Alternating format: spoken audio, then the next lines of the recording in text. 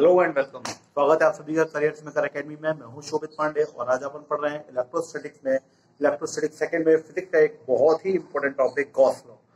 Gauss law और उसकी application हमेशा से बोर्ड्स के लिए एक इंपॉर्टेंट टॉपिक रहे हैं और कॉम्पिटिटिव एग्जाम में इसके अच्छे लेवल के क्वेश्चन आते हैं। ठीक है, ऐसा नहीं कि हलवा कोई क्वेश्चन आ गया, अच्छे क्वेश्चन आते हैं। तो आज अपन गॉस लॉ पढ़ेंगे। मेरा लास्ट वीडियो अगर आपने देखा हो तो मैंने बोला था कि गॉस लॉ में इलेक्ट्रिक फ्लक्स पढ़ना जरूरी है। अपन इलेक्ट्रिक फ्लक्स पढ़ चुके हैं। क्या है बेसिकली इलेक्ट्रिक फ्लक्स को इजीली निकालने का एक स्पेशल पर्पस अगर अपन बोले तो गॉस लॉ है। आप स्टैंडर्ड किताबें पढ़ेंगे तो गॉस लॉ पहले दे रखा है, कूलॉम्स लॉ बाद में दे रखा है। गॉस ने अपनी थ्योरी पहले दी थी। Basically it is a law, इसको प्रूव करने की आवश्यकता नहीं है। लॉ अपने आप में ही कई एक्सपेरिमेंट्स के बाद प्रूव होकर प्रस्तुत किया जाता है। खैर, अब अपन बढ़ते हैं आगे। तो सबसे पहले कि गॉस लॉ है क्या। तो देखो गॉस ने क्या किया कि फ्लक्स को एक स्पेशल तरीके से निकाला। एक पर्टिकुलर कंडीशन, उसने कई सारे एक्सपेरिमेंट करे और उसको एक जैसा रिजल्ट आना चालू हो गया उसके लिए। मतलब उसने बहुत सारे एक्सपेरिमेंट करे और उस एक्सपेरिमेंट का रिजल्ट से उसने कंक्लूजन निकाला। वो कंक्लूजन उसने अपने लॉ के फॉर्म में लिखा, जो मैं आपको लिखवा रहा हूं। तो गॉस अंकल क्या कहते हैं, सबसे पहले अपन गॉस का लॉ लिख रहे हैं। ठीक है, गॉस लॉ ये है total electric flux through any closed surface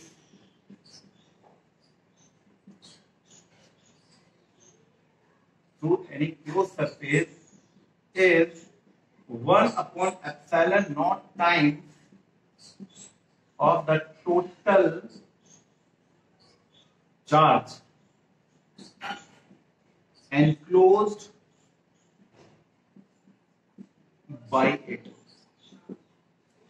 Total electric flux through any closed surface, ये यहां पर काफी important is 1 upon epsilon naught times of the total charge enclosed by it या by the surface. Closed surface आया ना यहाँ पे। Total flux is summation of Q inside upon epsilon naught. ये है वैक्यूम में, ये फ्लक्स है क्लोज सरफेस का। ठीक है, ClO क्लोज सरफेस का। ये क्यू इन का मतलब इनसाइड, किसके इनसाइड, किसी क्लोज सरफेस के अंदर। ठीक है, ये अपन क्लोज सरफेस की ही बारे में बात करें। क्लोज सरफेस का मतलब यहाँ पर 3D से है।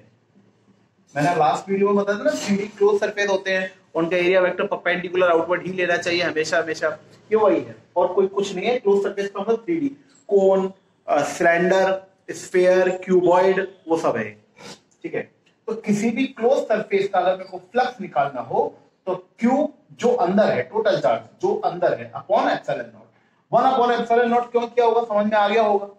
क्योंकि बेसिकली लास्ट वीडियो को अगर आप गौर से देखें तो मैंने बार बार चिल्लाया है कि flux is the count of electric field line passing through that surface. Count of electric field line, जितनी इलेक्ट्रिक फील्ड लाइन सरफेस को क्रॉस करके जाएंगी उतना फ्लक्स जनरेट होगा। यही बात हुई थी अपन की। तो फ्लक्स, इलेक्ट्रिक फील्ड लाइन किसी भी जगह पर क्रॉस करके जाएंगी या ना जाएंगी, उसकी परमिशन भी तो मीडियम देगा उसको। तो परमिटिविटी आना चाहिए ना। कम परमिशन देगा, कम जाएंगी, ज्यादा परमिशन, समझ में आ रहा है। वो वही वाला फैक्टर है जो मैंने पढ़ाया था। जिनको इसके बारे में नहीं पता हो, वो परमिशन प्लस एक्टिविटी, मेरा वो वाला वीडियो देख लेना, उनके समझ में आ जाएगा कि ये क्या कहानी थी। तो ये फ्लक्स हुआ टोटल सरफेस के लिए। ये अंदर चार्ज होना इसमें जरूरी है, बाहर के लिए नहीं है। इसको अपन दूसरे फॉर्म में भी इस तरीके से भी लिख सकते हैं, E डॉट ds। ये गोला क्या है, ये गोला represent close surface integral, cyclic integral. ठीक है, इसका मतलब होता है क्लोज्ड इंटीग्रल, मतलब क्लोज सरफेस का इंटीग्रेशन। ठीक है, ये अपन तो फ्लक्स जानते ही है इस चीज को। गॉस ने इससे ये प्रूफ कर दिया, इससे ये प्रूफ कर दिया। ये कई किताबें ये कहती हैं कि this is the proof of Gauss law. Gauss law है तो लॉ का कोई प्रूफ नहीं होता, बट एक एग्जांपल से अपन समझ सकते हैं कि क्या अगर मैं किसी पॉइंट चार्ज के लिए काम करूं तो इससे ये आ सकता है क्या, तो वो अभी अपन कर लेंगे। मगर ये बात ध्यान रखने के लिए है कि this law is only for closed surface, जिसके अंदर चार्ज रखा हो। जहां पे चार्ज रखा हो, चार्ज का बंद होना जरूरी है उस सरफेस में। ऐसा नहीं हो कि चार्ज जो है वो खुले में रखा है, चार्ज को एनक्लोज सरफेस के अंदर होना जरूरी है। ठीक है, समझ में आ रहा होगा आपकी क्या कह रहा हूं। तो चार्ज का अंदर होना जरूरी है। और जो क्लोज सरफेस लेते हैं उसको अब अपन गॉसियन सरफेस कहेंगे, गॉसियन सरफेस। तो Gaussian surface is nothing but a 3D enclose surface. ठीक है, चलिए इसका छोटा सा प्रूफ है हलवा सा, वो अपन कर लेते हैं। ये उतार लेना, ये गॉस लॉ है। और कभी भी देखो गॉस लॉ आता है डिफाइन 1 मार्क्स में कि डिफाइन गॉस लॉ, तो ये स्टेटमेंट लिखने के बाद, ये फॉर्मूला लिखने के बाद इसकी यूनिट ये मत लिखना, क्योंकि ये तो मैथमेटिक्स का था। ये जो फॉर्मूला है ना अपन का E डॉट ds इंटीग्रेशन, अगर इंटीग्रेशन नहीं लगाओगे तो स्मॉल एरिया का फ्लक्स स्मॉल होगा, और अगर इसका इंटीग्रेशन करोगे दोनों साइड तो यहाँ हो जाएगा 5 और ये हो जाएगा E डॉट ds। इसको सॉल्व करना सिखाऊंगा अभी। तो ये तो सिंपल मैथमेटिक्स है। ये तो अपन ने याद करो, पिछला वाला वीडियो मैंने सिखाया था कि प्रोपोर्शनल है, E के प्रोपोर्शनल है फ्लक्स, ds के प्रोपोर्शनल है, थीटा के प्रोपोर्शनल है, तो मैथमेटिक्स से है। गॉस ने इस मैथमेटिक्स को कांसेप्ट बना के दे दिया कि अगर क्लोज सरफेस पे फ्लक्स रखा, ओपन में रखा हुआ है, ये लो आराम से आपने किए भी इसके क्वेश्चन, बट अगर कहीं पर भी क्लोज सरफेस पे चार्ज रखा हुआ है तो उस चार्ज से फ्लक्स कितना निकलेगा, क्योंकि फ्लक्स क्या है, चार्ज से तो निकलता है। इलेक्ट्रिक फील्ड किससे निकल रही है, चार्ज से। किसको क्रॉस करेंगी, सरफेस को, तो उसका अमाउंट कितना होगा वो क्या पे डिपेंड करेगा, चार्ज की क्वांटिटी पर, क्योंकि चार्ज से तो इलेक्ट्रिक फील्ड निकल रही है। तो कुल मिला के ये एक स्पेशल कंडीशन हो गई। तो गॉस ने फ्लक्स इंट्रोड्यूस नहीं किया है, फ्लक्स ऑलरेडी इंट्रोड्यूस था। गॉस ने एक पर्टिकुलर कंडीशन के लिए उसको एम्बेडेड कर दिया था कि अगर किसी क्लोज सरफेस को मैं कंसीडर करूं, चाहे रेक्टेंगल चाहे स्क्वायर हो, क्यूबॉइड हो, कोई भी हो, उसके अंदर अगर क्यू चार्ज रखा है तो उसके अंदर से निकलने वाला फ्लक्स कितना होगा, क्यू अपॉन एप्सिलॉन। इसमें सारी क्लोज सरफेस के लिए यही आंसर है। उस क्लोज सरफेस का चाहे जो मर्जी है साइज हो, आंसर यही है। मतलब कितना ही साइज का हो, कोई सी शेप हो, सारी शेप हो, सारे साइज के हो, अगर वो एनक्लोज्ड है, उसके अंदर चार्ज रखा हुआ है, तो उसमें से फ्लक्स कितना निकलेगा, इतना। आप तो ये मान लो, याद रखने के लिए, फ्लक्स निकलता है चार्ज में से, जैसे इलेक्ट्रिक फील्ड निकलती है, वो इलेक्ट्रिक फील्ड क्रॉस करके जाती है, तो एक क्यू चार्ज का फ्लक्स कितना होगा, क्यू अपॉन एप्सिलॉन नॉट। ठीक है, और वो क्लोज सरफेस में से पास होके जाता है। अपन अगर इसका एक छोटा सा, ये तो समझ में आ गया होगा मैथमेटिकली, ये है, ये हर जगह वैलिड है, इसी से ये बना है। मतलब इससे अपन ये निकाल सकते हैं, निकाल के देखें, चलो निकाल के देख लेते हैं कि अगर मैं कोई क्यू चार्ज लेता हूं और उसको मैं सपोज करता हूं कि वो किसी क्लोज सरफेस पर रखा हुआ है। क्लोज सरफेस कौन कौन से हो सकते हैं, स्फीयर, सिलेंडर, कोन, ठीक है, क्यूबॉइड। मान के चलिए कि क्यू चार्ज है, इसको मैं एनक्लोज करता हूं।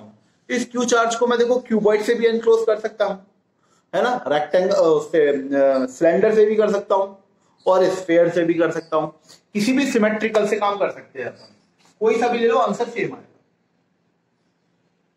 कंसीडर अ स्फीयर, स्फीयर ले लिया, रेडियस आर, रेडियस आर, ठीक है क्लास, ये रेडियस इसकी आर हो गई, और यहां पे सेंटर पर रख दिया क्यू चार्ज। अंदर चार्ज की पोजीशन मैटर नहीं करती, ये सब पॉइंट लिखवाऊंगा। अंदर चार्ज चाहे मर्जी है जहां पे रखा हो, उसकी पोजीशन मैटर नहीं करने वाली है।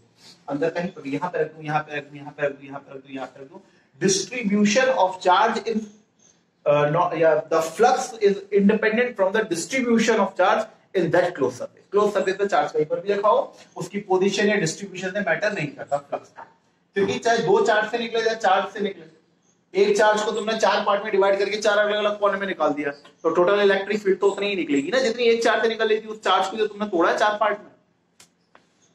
अब इस क्यू चार्ज से इलेक्ट्रिक फील्ड यहां भी जाएगी, यहां भी जाएगी, यहां भी जाएगी, यहां भी जाएगी, हर जगह बाहर निकल जाएगी। सर्कल नहीं है, 3D स्फीयर, एक फुटबॉल, फुटबॉल के अंदर एक चार्ज रखा हुआ है, इमेजिन करो अच्छी तरह। ठीक है, अब अपन क्या करते हैं, बंदा हो गया यार, एक मैंने sphere, sphere of radius R, centre पे एक चार्ज क्यू, सेंटर पे दाएं कहीं पर भी रख लो। अब मैंने यहां पर एक छोटा सा एरिया, क्योंकि मैंने क्या किया, एक ये क्या है, ये मैंने 3D क्लोज्ड सरफेस लिया है आपको गॉस लॉ सिखाने के लिए। इमेजिनरी है, इमेजिनरी है, गॉसियन सरफेस कहते हैं इसको, ठीक है, गॉसियन सरफेस कहते हैं, ठीक है, और इमेजिनरी है। तो आपको बस एक गॉस लॉ पढ़ाने के लिए दिया गया है। इस छोटे से, ये छोटा सा मैंने एलिमेंट लिया स्फीयर का, पूरा स्फीयर है 3D में, उसका एक छोटा सा टुकड़ा ले लिया। इस छोटे से टुकड़े का एरिया वेक्टर बताओ पहले तो क्या होगा। हमेशा मैंने लास्ट वीडियो में दिखाया था, क्लोज सरफेस हो, area vector always perpendicular to the perpendicular outward to the surface. तो इस सरफेस का परपेंडिकुलर ऐसे बनाऊंगा मैं, ये डी ए वेक्टर हो गया बाहर की तरफ परपेंडिकुलर। बॉल ले लो आप हाथ में, मैं ले लेता हूं, है मेरे पास ये।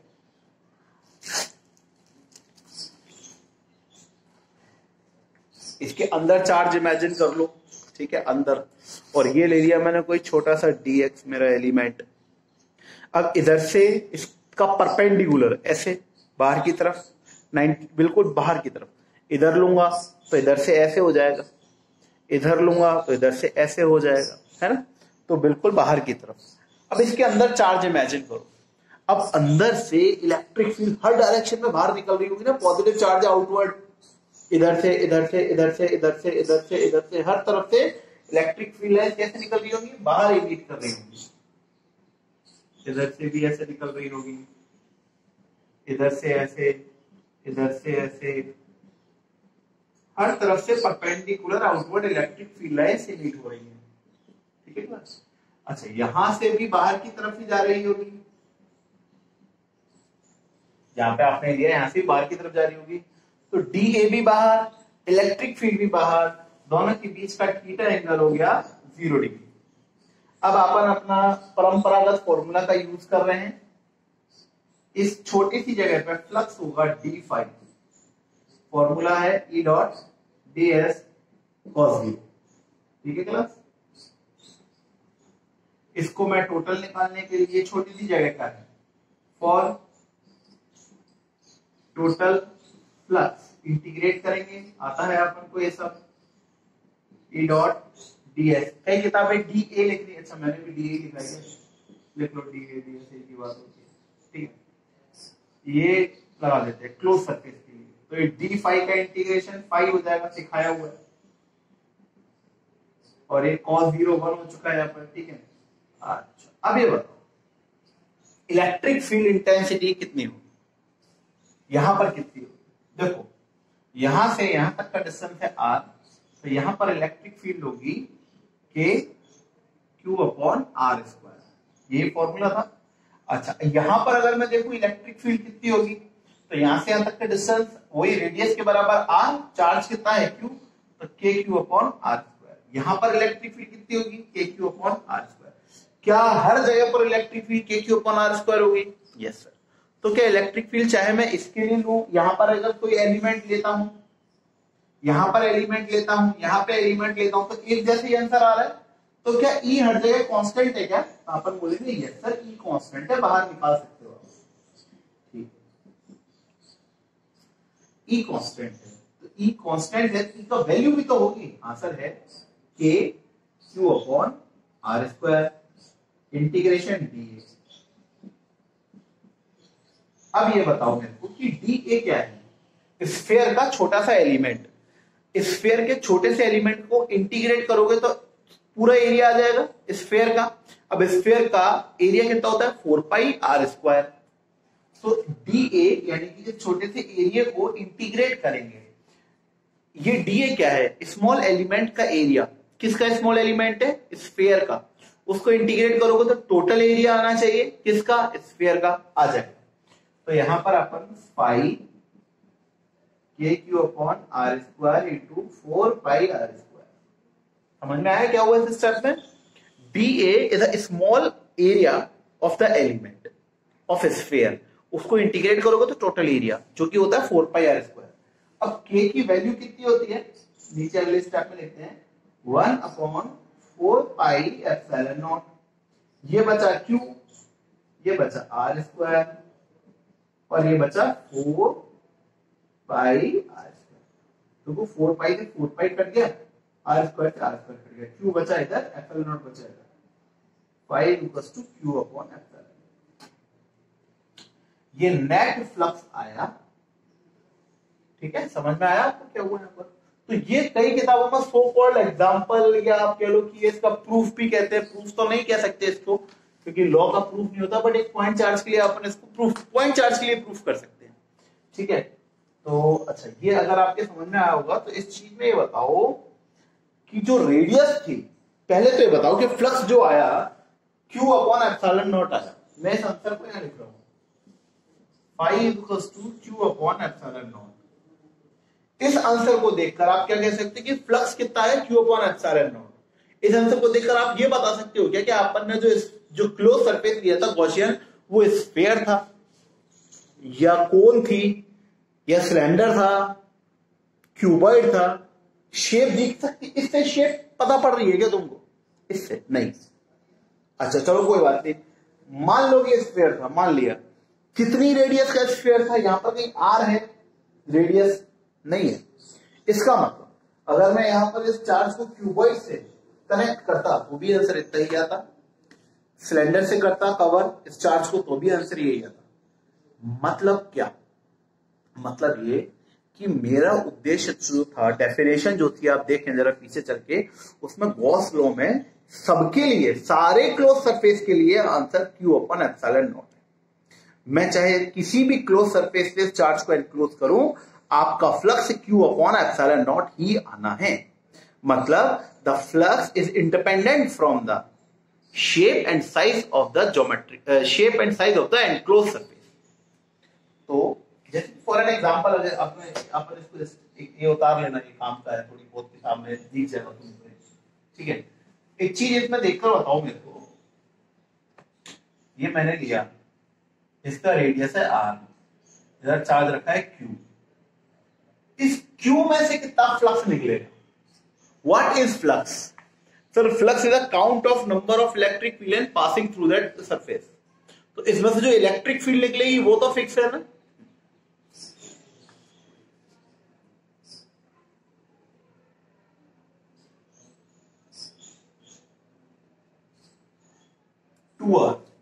इसमें से कितना फ्लक्स निकलेगा? इस फॉर्मूले में कहीं पर आपको दिख रहा है आर या कुछ नहीं? इसमें से भी फ्लक्स कितना निकला? Q upon epsilon not. इसमें से भी फ्लक्स निकला Q अपॉन एप्सिलॉन नॉट। एक और बना लो, या चलो छोड़ो, एक काम करो, इसको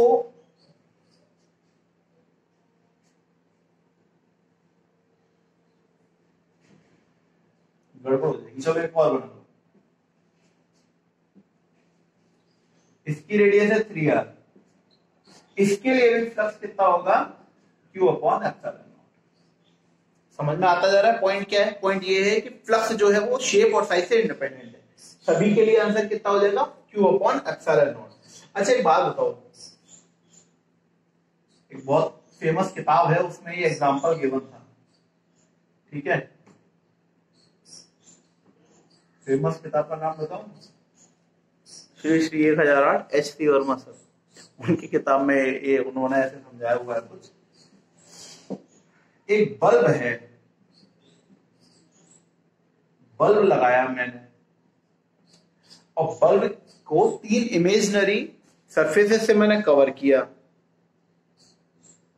बल्ब को कवर किया 3 इमेजिनरी, और बल्ब से 100 जूल एनर्जी 1 सेकंड में निकल रही है। भाई बल्ब वगैरह में क्या होते हैं? पावर ही तो होती है, वॉट में ही तो नापते हैं, 100 वाट का है वॉट, यानी कि पावर, पावर क्या होता है? वर्क अपॉन टाइम, वर्क यानी कि energy, energy upon time, energy है 100 जूल 1 सेकंड, तो ये इसकी पावर है। ये बल्ब 100 जूल प्रोड्यूस कर रहा है एनर्जी 1 सेकंड में। इसमें से कितनी निकलेगी? ये प्रोड्यूस कितनी कर रहा है? 100 जूल 1 सेकंड। इसमें से कितनी क्रॉस होगी? 100 जूल। इसमें से 100 जूल, इसमें से 100 जूल, सब में तो 100 जूल हो रही है। सेम इसी तरीके से लाइट क्या है? लाइट जो बल्ब से निकलती है इलेक्ट्रोमैग्नेटिक वेव है, उसी का इलेक्ट्रिक फैक्टर अपन पढ़ रहे हैं, कुछ अलग नहीं है जो मैंने एग्जांपल दिया है। मैंने क्या H.C. वर्मा सर ने। तो यहां पर जो सब में से फ्लक्स निकलेगा, what is flux? Count of number of electric field line. What is electric field line? A part of electromagnetic wave. फिर से कनेक्ट करो, तो सब में से कैसा होगा? सेम होगा। इसमें से, इसमें से, इसमें से, सब में सेम होगा। तो आंसर अपन का आएगा Q अपॉन एप्सिलॉन नॉट। सभी के लिए यही आंसर है। अच्छा अगर मैं आपसे एक छोटा सा चीज और पूछ लूं, ये रखा, ये रेडियस r, ये Q, इसमें से कितना फ्लक्स निकल रहा है? 5 equals to Q upon epsilon not.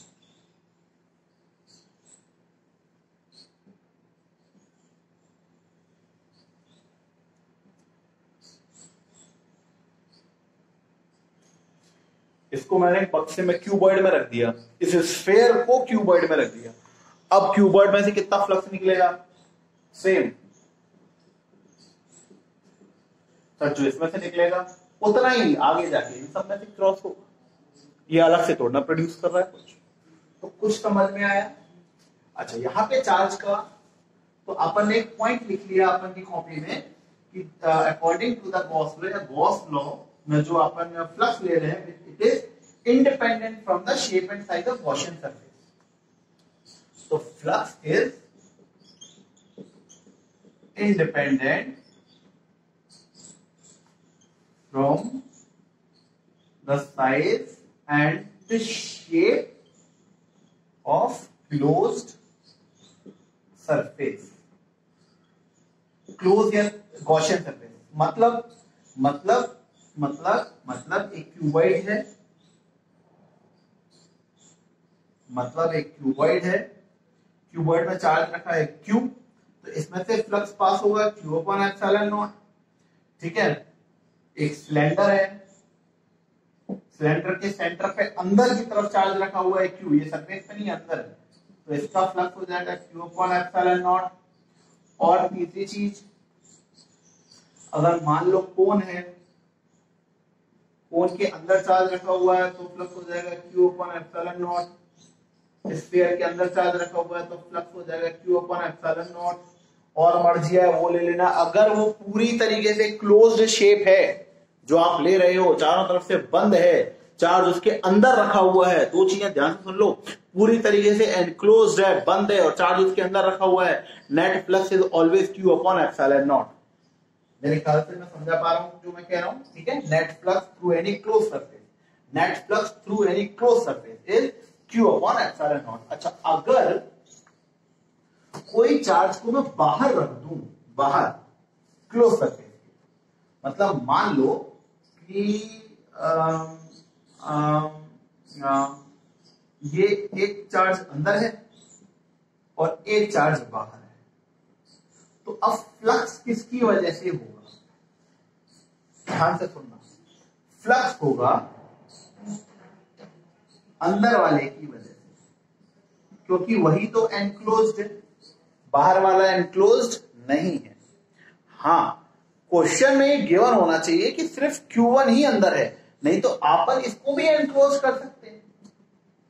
अगर मैंने इस Q2 को भी एनक्लोज कर दिया तो Q1 प्लस Q2, और अगर Q2 एनक्लोज नहीं है, सिर्फ Q1 एनक्लोज है, तो सिर्फ ये, मतलब Q2 अगर बाहर, जो चार्ज सरफेस से बाहर है, क्लोज सरफेस से, उसका फ्लक्स काउंट में नहीं आता।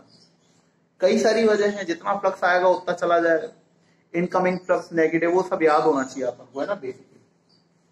अच्छा, तो ये चीज समझ में आई हमको। एक चीज और, जो फ्लक्स है, ये ध्यान से सुनना, ये वाला की पॉइंट बहुत बहुत बहुत बहुत बहुत इंपॉर्टेंट है। Summation Q inside upon epsilon not. ठीक है, क्लोज्ड सरफेस का जो फ्लक्स है वो total charge inside the close surface upon epsilon not है, मगर यहां पर जो इलेक्ट्रिक फील्ड होती है वो टोटल रिजल्टेंट इलेक्ट्रिक फील्ड होती है। मतलब Q1, Q2, Q3, Q4, तो जो अगर आप ये वाला फॉर्मूला लगाओगे, ध्यान से ये वाला फॉर्मूला लगाओगे मैथमेटिकल, तो इलेक्ट्रिक फील्ड 1, 2, 3, 4 चारों चार्ज की आएगी, चारों चार्ज की आएगी। डायरेक्शन अलग हो जाएगा, डायरेक्शन अलग हो जाएगा, क्योंकि बात अब इस क्लोज सरफेस की है, तो इससे इलेक्ट्रिक फील्ड इधर, इससे इलेक्ट्रिक फील्ड इधर। उम्मीद है मैं समझा पा रहा हूं अच्छी तरह कि अगर अपन इलेक्ट्रिक फील्ड की बात करें, इस फॉर्मूले की बात करें, तो जो इलेक्ट्रिक फील्ड है वो टोटल रिजल्टेंट इलेक्ट्रिक फील्ड होती है सारे चार्ज की, inside as well as outside. अंदर हो बाहर हो, सारे चार्जेस के लिए यही वैलिड है। समझ में आया? तो सारे चार्जेस की नेट इलेक्ट्रिक फील्ड होती है। तो what is E? Net electric field of all charges. But what is Q? Only inside charge. Only consider inside, जो चार्ज अंदर है सिर्फ वही कंसीडर हो रहे हैं, जो बाहर है वो कंसीडर नहीं हो रहे हैं, मगर इलेक्ट्रिक फील्ड सबकी कंसीडर होती है। तो ये पॉइंट भी आपके लिए बहुत बहुत बहुत बहुत बहुत बहुत काम का है, इस पॉइंट को अच्छी तरह समझ लें, क्योंकि ये सब अभी आपके क्वेश्चन कराऊंगा ना उसमें हेल्पफुल रहेगा। ठीक है, ये तो बेसिकली छोटे मोटे क्वेश्चन ही हैं और इसमें बहुत ऐसा अलग से कोई क्वेश्चन नहीं बन गया था। देखो, अगर कोई मैंने रिजिड बॉडी ले ली और Q एक बाहर रखा, Q1 चार्ज, तो इसकी वजह से फ्लक्स होगा 0, because Q1 is not enclosed. Q1 जो है वो एनक्लोज्ड नहीं। अच्छा, क्या इसकी वजह से इलेक्ट्रिक फील्ड भी जनरेट नहीं होगी? सर इलेक्ट्रिक फील्ड तो होगी, अभी अभी आपने बताया। ठीक है, इलेक्ट्रिक फील्ड मान लो ये रही, ये रही, ये सब एसपी वर्मा सर की कहानियां है, मैं तो सिर्फ सुना रहा हूं। देखो, अगर मैं यहां पर कहूं कि सब इलेक्ट्रिक फ्लक्स 0 है पर फील्ड 0 नहीं है, तो देखो अपन गॉस ने, मैंने आपको स्टार्टिंग में बोला, गॉस ने क्या किया, सिंपल किया। गॉस ने बोला कि मैं सिर्फ आपको एनक्लोज सरफेस के लिए बता दूंगा, मतलब मैं आपको फ्लक्स इस फॉर्मूले से निकालने के लिए बोलूं, E.ds। किसी भी स्टूडेंट को अगर मैं बोलता हूं, शिवेन को बोलता हूं कि शिवेन बेटा इस फॉर्मूले से दुनिया की जितनी भी शेप्स है उन सबका फ्लक्स निकाल डाल। शिवेन मेरे पास 4 दिन बाद आया कि सर एक चीज महसूस हुई है। मैंने कहा क्या महसूस हो गया भाई तेरे को? कि सर अगर अपन कोई एनक्लोज सरफेस लेते हैं उसके अंदर चार्ज रखें तो सबका आंसर ये आता है, ये आ गया, जितना चार्ज अंदर है उसका अपॉन एप्सिलॉन नॉट। मैंने कि चार्ज अगर बाहर है तो सिर्फ बाहर की वजह से नहीं, ये सिर्फ अंदर वाले चार्ज की वजह से आएगा। ठीक है, अगर अंदर, अच्छा तो मैंने कहा तो क्या ये भी इलेक्ट्रिक फील्ड भी? नहीं सर, इलेक्ट्रिक फील्ड चार्ज है तो चार्ज तो इलेक्ट्रिक फील्ड निकालेगा ना। चार्ज की प्रॉपर्टी क्या है? चार्ज की प्रॉपर्टी है कि वो तो इलेक्ट्रिक फील्ड निकालेगा, तो वो तो इलेक्ट्रिक फील्ड तो निकालेगा। अब यहां से देखो, गौर करने वाली बात है कि यहां से इलेक्ट्रिक फील्ड ऐसे यहां चलेगी, यहां से थोड़ा इधर बड़े स्तर पर एक ही बना के बताऊं तो मैं, बाकी समझ ही जाओगे, समझदार हो। इधर का एरिया वेक्टर किधर होगा? Perpendicular outward, perpendicular outward. इधर का एरिया वेक्टर किधर होगा? Perpendicular outward. इधर थीटा कितना? 0। इधर ई कैसा रहेगा? पॉजिटिव। ds सॉरी मतलब फ्लक्स कैसा रहेगा? Positive. E dot ds cos 0। इधर थीटा कितना हो रहा है? 180, क्योंकि इलेक्ट्रिक फील्ड तो ऐसे ही जा रही है, एरिया वेक्टर ऐसे है, तो थीटा कितना हो गया? 180 डिग्री। तो फ्लक्स समझ में आ रहा है ना यार? इधर चार्ज है Q, उधर से इलेक्ट्रिक फील्ड ऐसे, और इधर का एरिया वेक्टर परपेंडिकुलर आउटवर्ड, तो एंगल कितना हो गया? 180 हो गया ना। तो phi equals to E dot dA या ds कुछ भी ले लो, cos 180 हो जाएगा -1, तो phi equals to minus E dot ds, और यहां पर प्लस ई डॉट ds। हालांकि मैं ये नहीं कह रहा हूं कि अमाउंट ऑफ इलेक्ट्रिक फील्ड बराबर होगा कि नहीं होगा। अगर मैं इस पूरे को ऐसे बनाऊं ना, तो इलेक्ट्रिक फील्ड यहां पर अलग होगी, यहां पर अलग होगी। यहां पर इलेक्ट्रिक फील्ड कम है मगर यहां पर एरिया ज्यादा है, यहां पर इलेक्ट्रिक फील्ड कम है, दूर हो गया ना, डिस्टेंस बढ़ गया तो इलेक्ट्रिक फील्ड घट गई, बट यहाँ का एरिया बड़ा है, यहाँ का एरिया छोटा है, तो यहाँ पे इलेक्ट्रिक फील्ड ज्यादा है। एक चीज ज्यादा है, एक चीज कम है, बैलेंस हो रहा है। और एक इधर वाला नेगेटिव होगा, प्लस इधर का एरिया वेक्टर ऐसे, इलेक्ट्रिक फील्ड ऐसे, इधर का एरिया वेक्टर ऐसे, इलेक्ट्रिक फील्ड भी ऐसे। तो एक जगह की इलेक्ट्रिक फील्ड, देखो मैं अगर इलेक्ट्रिक फील्ड और डी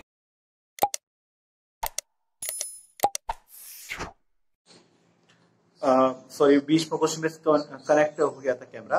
मैं ये कह रहा हूं कि अगर एक जगह की इलेक्ट्रिक फील्ड जो है वो ज्यादा है, क्योंकि ये चार्ज से कम डिस्टेंस पर है, डिस्टेंस कम तो इलेक्ट्रिक फील्ड ज्यादा, तो ये एरिया भी तो कम है, और यहां तक जाते जाते डिस्टेंस बढ़ गई, इलेक्ट्रिक फील्ड घट गई, तो यहाँ पे एरिया भी तो बड़ा हो गया। तो एक चीज बढ़ रही है और एक चीज घट रही है, तो बैलेंस हो गया। इधर फ्लक्स पॉजिटिव है, इधर फ्लक्स नेगेटिव है, नेट मिलाओगे कितना? 0। तो कंक्लूजन ये है कि बाहर अगर कोई भी चार्ज रखा हुआ हो, कोई भी चार्ज अगर बाहर रखा हुआ हो, तो उसकी वजह से नेट फ्लक्स 0 होता है क्लोज सरफेस। ठीक है, ये गॉस का रूल था, तो गॉस ने चीजों को आसान कर दिया।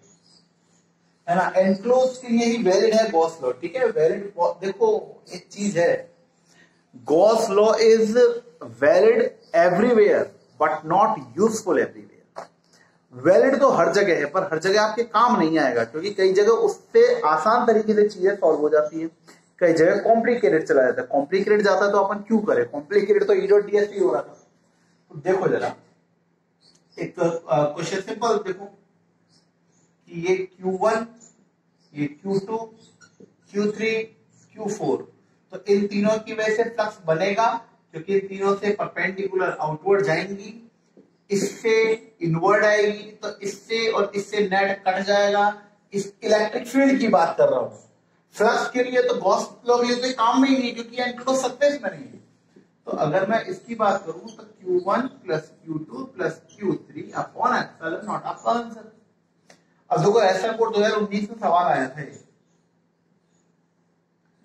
ये 2 माइक्रो, वैल्यू तो याद नहीं है पर कंसेप्ट ये था, 3 माइक्रोकूलम, 5 माइक्रोकूलम, माइनस का 2 माइक्रोकूलम, माइनस का 1 माइक्रोकूलम और प्लस का 2 माइक्रोकूलम। इस रीजन में, इस शेडेड रीजन में नेट फ्लक्स निकालना है, flux through shaded region. Simple question था, ठीक है, कि शेडेड रीजन से। तो इस वाले चार्ज और इस वाले चार्ज की बात क्यों करें, क्योंकि शेडेड रीजन को ही अपन एनक्लोज मान रहे हैं, तो एनक्लोज जगह पर चार्ज कितना है इसका सम करना पड़ेगा अपन को। तो ये flux equals to total charge inside upon epsilon naught. तो समेशन किया तो 2 माइक्रोकूलम प्लस माइनस का 1 माइक्रोकूलम अपॉन एप्सिलॉन नॉट, 2 में से एक गया तो 1 माइक्रोकूलम अपॉन एप्सिलॉन नॉट, बस यहीं पे छोड़ के आना था यूनिट के साथ, यूनिट जरूर लगाना। इसको ऐसा नहीं कि एप्सिलॉन नॉट की वैल्यू लिख के काम चालू कर दो, ठीक है। ये इसका आंसर, वो तो समझ में आया। इसमें छोटी सी एक चीज और बताओ तुम मेरे को कि अगर मैं क्वेश्चन करता हूं, ये सब क्वेश्चन चल रहे हैं क्लास, बात करता हूं डाइपोल की, किसी रिजिड बॉडी में कोई डाइपोल रख देता हूं, किसी एनक्लोज सरफेस में डाइपोल रख देता हूं, HCl H2 जो मर्जी आप रख देना, तो इसकी वजह से टोटल फ्लक्स 0 होता है। क्यों सर, डाइपोल में नेट चार्ज ऑलवेज 0, डाइपोल में जितना पॉजिटिव चार्ज होता है उतनी नेगेटिव चार्ज होता है, हमेशा याद रखें। अच्छा अब देखो इसी क्वेश्चन से अपन कंसेप्ट समझ लेते हैं ना, डाइपोल के आसपास इलेक्ट्रिक फील्ड होती है कि नहीं होती है, होती है, एक्सियल लाइन पर, इक्वेटोरियल लाइन पर, एंगल पर क्या फ्लक्स है, नहीं है। तो क्या डाइपोल इलेक्ट्रिक फील्ड जनरेट करता है, यस सर, पर क्या डाइपोल फ्लक्स जनरेट करता है, नो सर। क्यों नहीं करता, समझ में आ गया होगा आप लोगों को, ये की पॉइंट की तरह याद रख लेना आप, ठीक है। कभी भी समझना हो तो डाइपोल का एग्जांपल ले लिए, डाइपोल में नेट चार्ज 0 होता है, इसलिए डाइपोल की वजह से इलेक्ट्रिक फील्ड तो बनती है बट कभी भी इलेक्ट्रिक फ्लक्स नहीं बन सकता, क्योंकि जहां पर भी इलेक्ट्रिक फ्लक्स के लिए क्लोज सरफेस लेंगे वहां पर आपको डाइपोल को अंदर रखना पड़ेगा, और डाइपोल को अंदर रखते ही नेट चार्ज 0 हो जाता है। उम्मीद है समझ में आ रहा होगा। अभी कुछ क्वेश्चंस और हैं, देखो जैसे सिलेंडर है, सिलेंडर लिया मैं, ये सिलेंडर को मैं नीचे से खोल देता हूं, ठीक है, और एक चार्ज रख देता हूं क्यों, अच्छा अगर अंदर बंद कर रखा है मैंने, ठीक है, या क्यूबॉइड ले रखा है मैंने, या कोन ले रखा है मैंने, बताया था, या स्फीयर ले रखा है और अंदर चार्ज है, तो सबका answer Q upon epsilon not. But मैंने यहां पर एक गेम खेला, मैंने कहा जैसा हमने इसको नीचे से खोल दिया, क्या चार्ज अब एनक्लोज्ड है क्या, अब नहीं है, या मैं कह रहा हूं चलो मैंने सिलेंडर के वर्टेक्स यहां पे चार्ज ले लिया Q, दिखाई दे रहा तुम्हें Q, अब बस समझ रहे हो, सिलेंड्रिकल शेप कोई सी भी समझ लो, जैसे ये है मेरे पास कुछ पता नहीं क्या है, ठीक है, तो इस पूरे को कवर्ड मानना, जैसे जाली सी लगी हुई है ना, जाली छोड़ो, तो एक साइड तो ये बंद है, ये साइड खुली है, यहां पे रखा हुआ है चार्ज, आधा अंदर आधा बाहर। अब वो चार्ज आधा तो इसके अंदर है, तो आधा तो एनक्लोज्ड है, पर आधा एनक्लोज्ड नहीं है, और मेरे को क्वेश्चन में इस सिलेंडर से फ्लक्स पूछा है। क्वेश्चन क्लियर हो रहा है, आधा चार्ज अंदर आधा चार्ज बाहर, और मेरे को इस सरफेस से फ्लक्स पूछा है, क्लियर हो रहा है। तो मैं क्या करूं, इसको एनक्लोज्ड कैसे करूं पूरी तरीके से, इस चार्ज को, इस चार्ज को एनक्लोज करने के लिए मेरे को इसके ऊपर बिल्कुल ऐसा ही सिमेट्रिकल, जैसा ये है बिल्कुल वैसा सिलेंडर बनाना पड़ेगा, इमेजिनरी गॉसियन सरफेस, क्योंकि ये तो अभी एनक्लोज्ड नहीं है, तो मेरे को इसको एनक्लोज करने के लिए एक और इमेजिनरी सिलेंडर बनाना पड़ा, बिल्कुल ऐसा का ऐसा। तो अब ये मेरे लिए पूरा गॉसियन सरफेस हो गया, क्योंकि आधे चार्ज को तो मेरे ने कवर किया है, मगर आधा चार्ज तो पहले से ही कवर था ना भाई। तो टोटल फ्लक्स कितना होता है, Q upon epsilon not. Total flux through any close surface कितना, Q अपॉन एप्सिलॉन नॉट। अब ये बताओ कि इसमें से कितना जा रहा होगा फ्लक्स।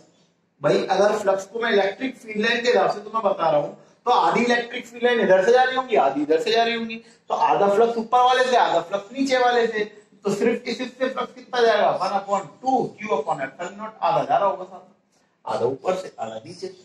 आया मत। इस तरीके से गॉस लॉ के एप्लीकेशन के क्वेश्चन है, ठीक है। और आगे बढ़ते हैं इसके एक्सटेंशन में। अपन लेते हैं स्फीयर या सेमी स्फीयर लेते हैं। सेमी स्फीयर जानते हो, तरबूज को आधा काट लेना, तरबूज आधा काट लेना, देखा चाक। सब क्वेश्चन है, मैं लिख दूंगा कमेंट बॉक्स में कि कौन सा क्वेश्चन है, या तुम देख लेना, तुम भी तो कुछ करोगे। अगर चार्ज यहां पे रखा हुआ है Q, बहुत वैरायटी है क्लास, बहुत तमाम वैरायटी भरी पड़ी है। अगर मैं इसको एक्सटर्नल इलेक्ट्रिक फील्ड में रख दूं तो क्या होगा, ये क्या होगा, वो सब न्यूमेरिकल मॉड्यूल में है, करो प्रैक्टिस। मैं तो तुम्हें आज की कहानी बता रहा हूं। अगर ये चार्ज अंदर रखा हुआ है तो फ्लक्स कितना हो जाएगा, Q अपॉन एप्सिलॉन नॉट। उम्मीद है समझ में आया होगा क्या कह रहा हूं। अगर यही चार्ज मैं यहां पर प्लेस कर दूं इधर, तो अब ये चार्ज क्या पूरी तरीके से एनक्लोज्ड है क्या। अब तो ये तरबूज के नीचे वाली जगह पे रखा हुआ है, आधा अंदर ऊपर क्लोज है, आधा नीचे क्लोज नहीं है। तो इसको क्लोज करने के लिए मेरे को ऐसा ही एक इमेजिनरी यहां पर भी कार्यक्रम करना पड़ेगा ना यार। इमेजिन करो, तरबूज था, आधा काटा, नीचे वाला हटा दिया, ऊपर वाले का जो नीचे वाली जगह थी उसमें ऐसे चार्ज फंसा दिया, तो आधा चार्ज तो ऊपर वाले तरबूज ने क्लोज कर दिया और आधा चार्ज फ्री में नीचे घूम रहा है। तो इस नीचे वाले को क्लोज करने के लिए वो तरबूज वापस लगा दिया, तरबूज के बीचों बीच में आ गया चार्ज अपना। तो अब हो गया, तो अब इससे ये पूरा हो गया ना अपन के गॉसियन सरफेस। इस पूरे से फ्लक्स कितना जा रहा है, Q अपॉन एप्सिलॉन नॉट। तो अपने पुराने वाले से, क्योंकि ये तो अपन ने बनाया है इसको गॉस पे करने के लिए, अगर मैं इसी से बात करूं कि इस वाले से कितना फ्लक्स पास हो रहा है, तो इसका आधा। भाई ये वाला जो डॉटेड है ये तो आपन ने इमेजिन किया है ताकि आपन इस क्वेश्चन को गॉस लॉ से कर सके, नहीं तो ईडीएस पे जाना पड़ता।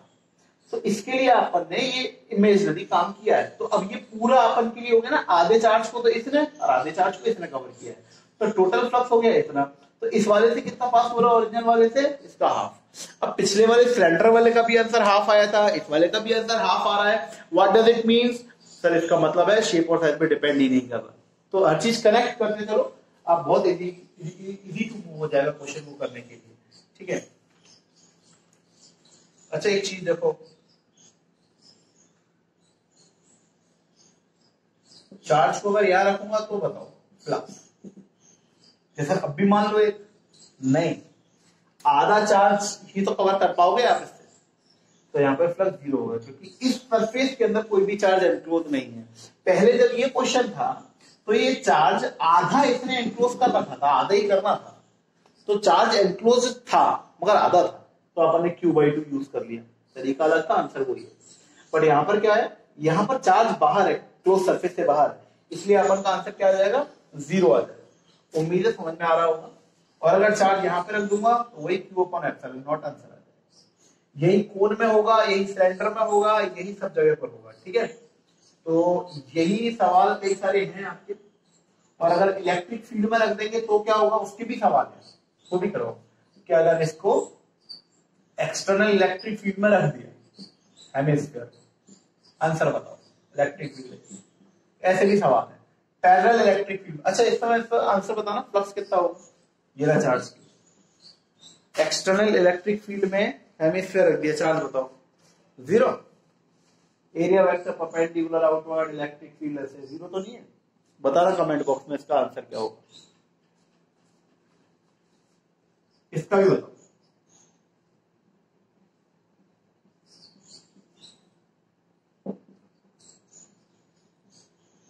इन दोनों का आंसर मेरे को कमेंट बॉक्स में चाहिए। मॉड्यूल के क्वेश्चन है, कुछ अलग नहीं है, ठीक है। अच्छा चलो इनको आगे बढ़ते। एक अलग तरीके का क्वेश्चन,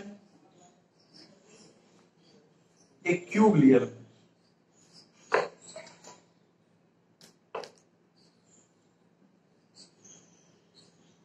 क्यूब, क्यूब जान रहे हो ना क्या होता है, डब्बा।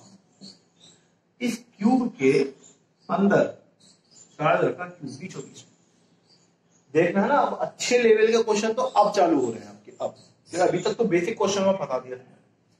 अब ये बताओ, चार्ज अगर अंदर बीचों बीच में रखा है, हर तरफ से इलेक्ट्रिक फील्ड निकलेगी, ऊपर से, नीचे से, दाएं से, बाएं से, हर तरफ से फ्लक्स निकलेगा।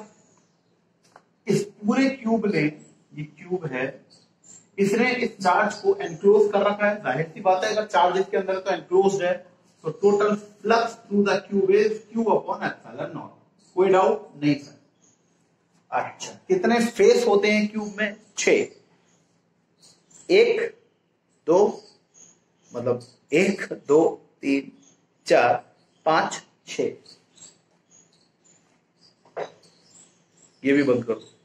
1 2 3 4 5 6 अंदर चार्ज है। टोटल फ्लक्स निकल रहा है सब जगह से क्यू अपॉन एप्सिलॉन नॉट। मैं कहता हूं इस फेस से कितना निकल रहा होगा। तो एक बात बताओ, क्यूब के अंदर 6 फेस है, तो टोटल फ्लक्स जो है वो 6 फेस का वो है क्यू अपॉन एप्सिलॉन नॉट। भाई एक क्यूब में कितने फेस? 6, तो 6 फेस का मिलाकर flux Q upon epsilon not है। तो 1 फेस का कितना हो जाएगा? 1/6 Q upon epsilon not. Question आ गया कि एक क्यूब के एक फेस से कितना फ्लक्स होगा। आपका आंसर तैयार है, 1/6 क्यू अपॉन एप्सिलॉन नॉट। ठीक है क्लास, समझ में आया?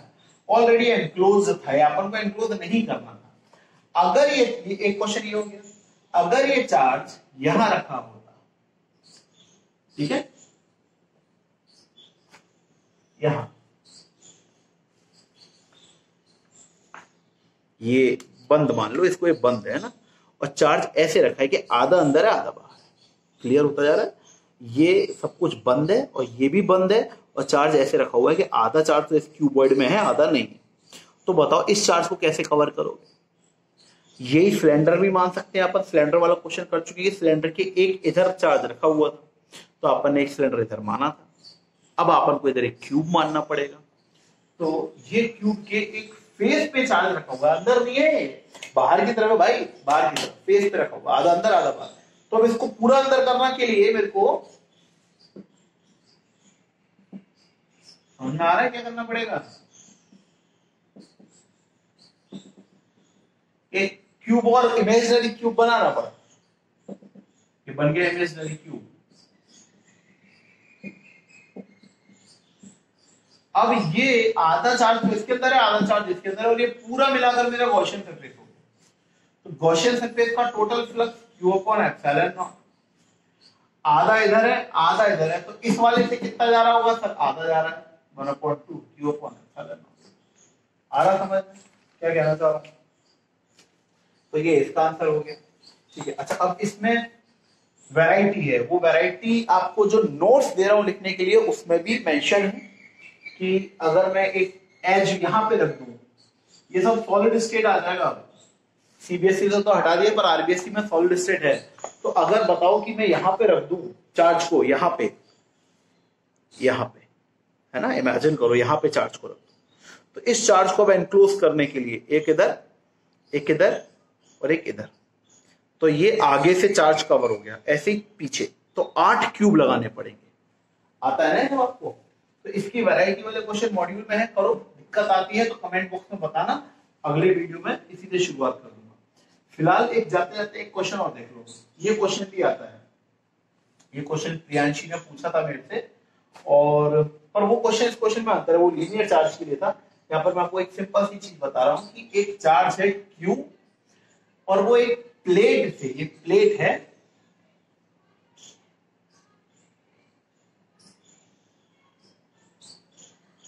a/2 डिस्टेंस पर प्लेस्ड है। कितने डिस्टेंस पर प्लेस्ड है? a/2 डिस्टेंस पर प्लेस्ड है। तो a/2 के लिए काम कर रहा हूं मैं, बाकी इतने डिस्टेंस पे काम नहीं कर रहा हूं। तो ये प्लेट है, a/2 डिस्टेंस पर है चार्ज। अब इस चार्ज की वजह से यहां पर फ्लक्स बताओ, क्या मजाक है, क्लोज सरफेस कहां है, बॉडी कहां है, ना स्फीयर है, ना क्यूब है, ना कोन है। आपने यदि क्लोज सरफेस के लिए काम करता है, अब करते हैं इसको क्लोज। एक क्यूब लो,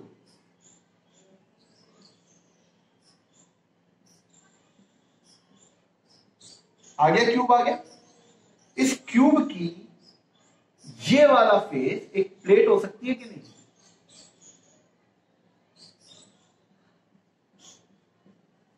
इमेजिन करो, नीचे वाले ये एक प्लेट की तरह काम करेगी। ये प्लेट, ये स्क्वायर है, स्क्वायर मान लो यार, स्क्वायर भी तो प्लेट ही होते हैं। तुम क्या ऐसे नई नई चीजें मत निकाल के लागू मेरे सामने? मैं तुम्हें बहुत बुद्धिजीवी आदमी समझता हूँ, इंसान। खैर, अब ये बताओ कि स्क्वायर में, क्यूबॉइड में ये साइड है ए और चार्ज का रखा हुआ है a/2, मतलब यहां से आधी डिस्टेंस पर ये चार्ज है क्यू।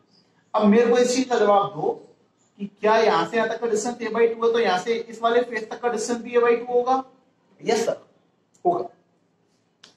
क्या अगर कोई और डिस्टेंस होती तो क्या मैं क्यूबॉइड मान सकता था?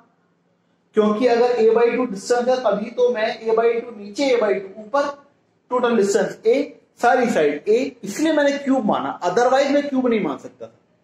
इसमें क्वेश्चन IIT, पहले इसको करते हैं, IIT को। तो अभी सवाल ये है कि अपन ने एनक्लोज कर लिया इस चार्ज को, ये बताओ कर लिया ना एनक्लोज, किसके द्वारा? क्यूबॉइड के द्वारा, और उसी की एक साइड ये प्लेट हो गई। तो अपन का क्वेश्चन ये था कि इस चार्ज की वजह से, इस चार्ज की वजह से इस प्लेट पर कितना फ्लक्स होगा।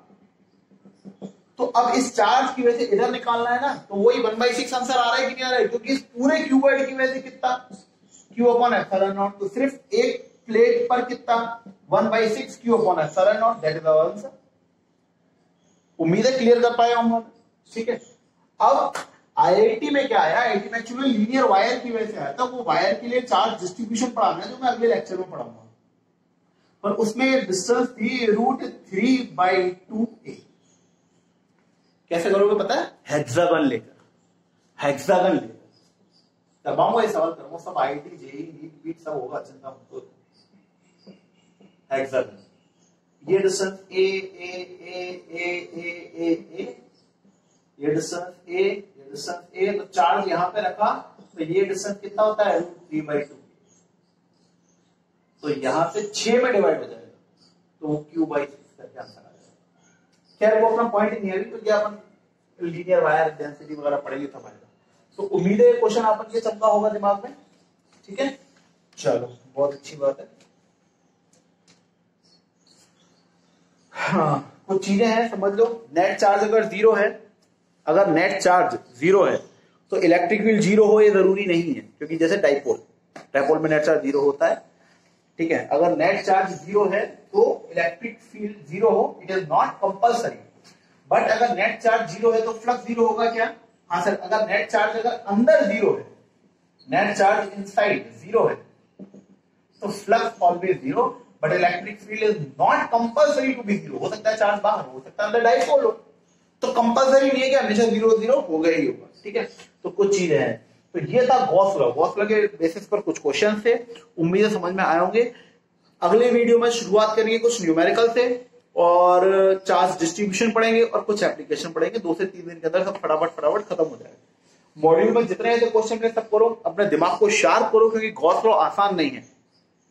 गॉस लॉ की कुछ इंपॉर्टेंट बातें हैं जो आपको नोट्स में मिल जाएंगी, मैं फिर भी बता देता हूं कि चार्ज का डिस्ट्रीब्यूशन कैसा भी हो फर्क नहीं पड़ता, ठीक है।